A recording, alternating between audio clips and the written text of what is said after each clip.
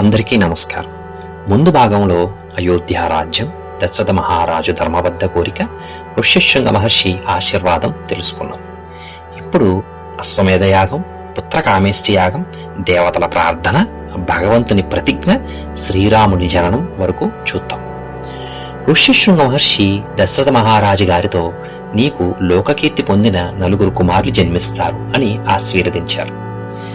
అశ్వమేధ యాగంలో భాగంగా చైత్ర పౌర్ణమి రోజు యాగాశ్వాన్ని యూపస్తంభానికి కట్టి శాస్త్రోక్త కర్మలు చేసి స్వేచ్ఛగా విడిచిపెట్టారు.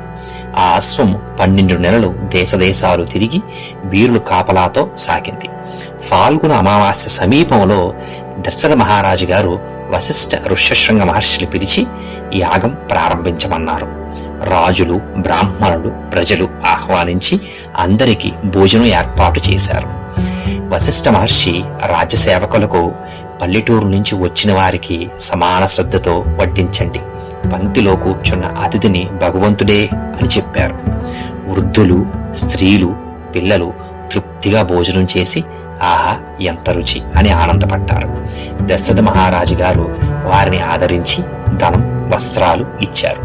వారు రాజా, మీ కోరిక నెరవేరి సుపుత్ర కలగాలి అని ఆశీర్వదించారు. యాగశాలను శుక్ల యజుర్వేద విధానానికి అనుగుణంగా శాస్త్రోక్తంగా నిర్మించారు. 21 యూపస్తంభాను పాతి మంతాలతో ప్రతిష్ఠించారు. యాగం చివరిలో యాగాశ్వాన్ని తిరిగి స్తంభానికి కట్టి పట్టమహిషి కౌసల్యాదేవి 3 కత్తులతో వధించారు.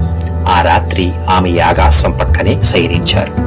యాగాశ్వ ఒడ్డు క్రింది భాగంలో వపను అగ్నిలో సమర్పించి దహన ధూమాన్ని రాజు శ్వాస ద్వారా స్వీకరించారు. ఇది అశ్వమేధ యాగం ప్రధాన విధానం. సంతానానికి అడ్డుగా నిలిచే పాపాలను నాశనం చేస్తుంది. రాజు ఋత్విక్కులకు భార్యలు దానంగా అర్పించి వారు తిరిగి రాజుకి అప్పగించారు.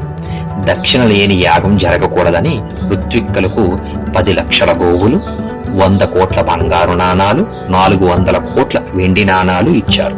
ఇతర బ్రాహ్మణులకు ఒక్కొక్కరికి 1 కోటి బంగారు నాణాలు బహుకరించారు.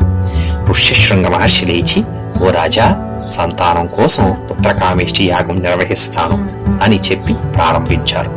యాగ సమయంలో దేవతలు హవిస్సులో భాగాలు స్వీకరించేందుకు వచ్చారు. బ్రహ్మదేవుడు కూడా ప్రత్యక్షమయ్యారు.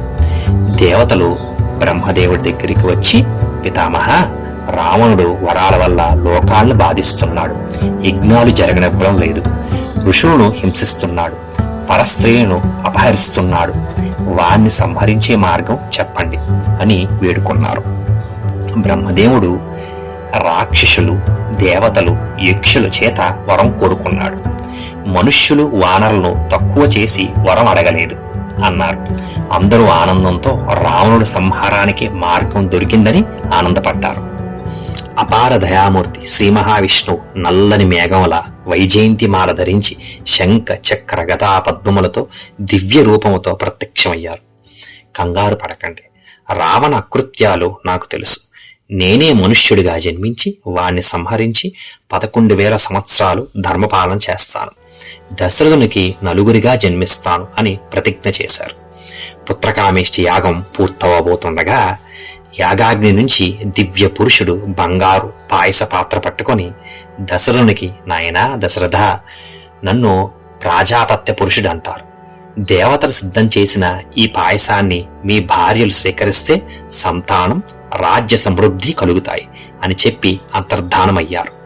దశరథ మహారాజు గారు పాయసాన్ని అంతఃపురానికి తీసుకువెళ్లి సగాన్ని కౌసల్యకు, మిగిలిన సగంలో సగాన్ని సుమిత్రకు ఇచ్చారు.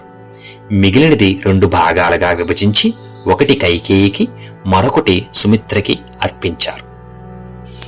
యాగం పూర్తయ్యాక ఋష్యశృంగ మహర్షికి సాష్టాంగ నమస్కారం చేసి శాంతా ఋష్యశృంగ మహర్షిని సత్కరించారు. యాగానికి వచ్చిన ప్రతి ఒక్కరిని దశరథ మహారాజు గారు తగిన విధంగా ఆదరించారు. కొంతకాలం తరువాత దశరథ మహారాజు గారి భార్యలు గర్భవతులయ్యారు. చైత్రమాసం నవమీ తిథి పునర్వసు నక్షత్రం కర్కాట లగ్నంలో రాముడు జన్మించారు. అదే సమయంలో కైకేయికు భరతుడు, సుమిత్రునకు లక్ష్మణుడు, శత్రుఘ్నుడు జన్మించారు. 4 కుమారులు కలిగినట్లు తెలిసి దశరథ మహారాజు గారు ఎంతో ఆనందపడ్డారు. కోసల దేశమంతా సంబరాలు జరిగాయి. బ్రహ్మదేవుడు దేవతలతో సభ ఏర్పాటు చేసి రామకార్యం కోసం వానరులు సృష్టించండి అన్నారు. బ్రహ్మగారి ఆవలింత వల్ల జాంబవంతుడు జన్మించారు. ఇంద్ర అంశతో వాలి, సూర్య అంశతో సుగ్రీవుడు, బృహస్పతి అంశతో తారుడు, కుబేర అంశతో గంధమాదనుడు, అశ్వినీ దేవతల అంశతో మైందుడు ద్వివిధుడు, అగ్ని అంశతో నీరుడు, వాయు అంశతో హనుమంతుడు, పర్జన్య అంశతో శరభుడు, వరుణ అంశతో సుషేనుడు, ఋషులు కోట్లాది వానరులను సృష్టించారు. కులగురు అయిన వశిష్ఠ మహర్షి నామకరణం చేశారు. సర్వజనులు కౌసల్యాదేవి కొడుకు యొక్క గుణాలు చూసి మురిసిపోతారు కనుక ఆయనకి రాముడని, సుమిత్ర కొడుక్కు రామసేవే లక్ష్మి కనుక లక్ష్మణుడని, భరించే గుణం కలవాడిగా భరతుడని, అంతఃశత్రువులను సంహరించగలవాడిగా శత్రుఘ్నుడు అని నామకరణం చేశారు. కుమారులు పెద్దవారవుతుంటే దశరథ మహారాజు గారు మురిసిపోయేవారు. వారు గురువులను పూజించి లోకహితం కొరకు తండ్రిని సేవించేవారు. లక్ష్మణుడు రామసేవకే సర్వస్వం అర్పించాడు. రామభక్తి అతని జీవితం. రాముని ప్రాణమే బాహ్యంగా తిరిగితే అతడే లక్ష్మణుడు. లక్ష్మణుడు లేకుండా రాముడు భోజనం చెయ్యరు, నిద్రపోరు. భరతుడికి శత్రుఘ్నుడితో ఇలాంటి బంధం. నలుగురు పరస్పర ప్రేమతో ఏక మనస్సుగా జీవించేవారు.